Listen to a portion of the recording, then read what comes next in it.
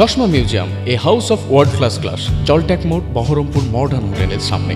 গোপন সূত্রে খবরের ভিত্তিতে জলঙ্গি থানার চুয়াপাড়া দুর্লভের পাড়া প্রাথমিক বিদ্যালয়ের সামনে একটি বাড়িতে অভিযান চালায় জলঙ্গি থানার পুলিশ।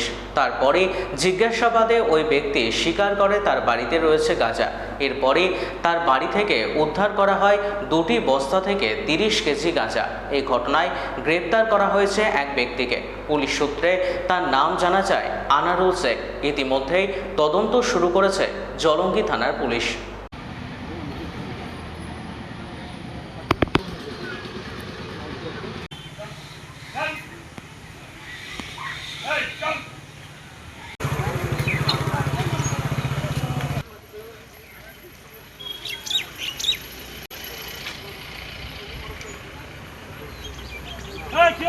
সঙ্গে সঙ্গে জলঙ্গির পুলিশ এসে সব বাড়িঘর চেক করছে, করার পর আমরা জিজ্ঞেস করছি স্যার কী হয়েছে তুমি চাই বাড়িতে গাঁজা আছে, ঠিক আছে। তারপর দেখছি হ্যাঁ একে গাঁজা বাড়াচ্ছে। হ্যাঁ এটাই ধরেন ব্যাপার। এটা হ্যাঁ দুর্লভপাড়া গ্রামের নাম দুর্লভপাড়া। বাড়িটা আমাদের বাদল ভাই মারা গেছে। হ্যাঁ মনে হচ্ছে বোধহয় ভাবলাম যে লিখি টিকি হলো নাকি, দিকে দেখছি তা না, গাঁজা ধরা পড়েছে।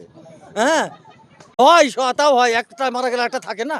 হ্যাঁ তারপরে দেখছি না, গাঁজা ধরা পড়েছে। হ্যাঁ ও ছেলের ব্যবসাটা ছেলের, কি কারো ছেলেকে দাম ধরে লাগছে।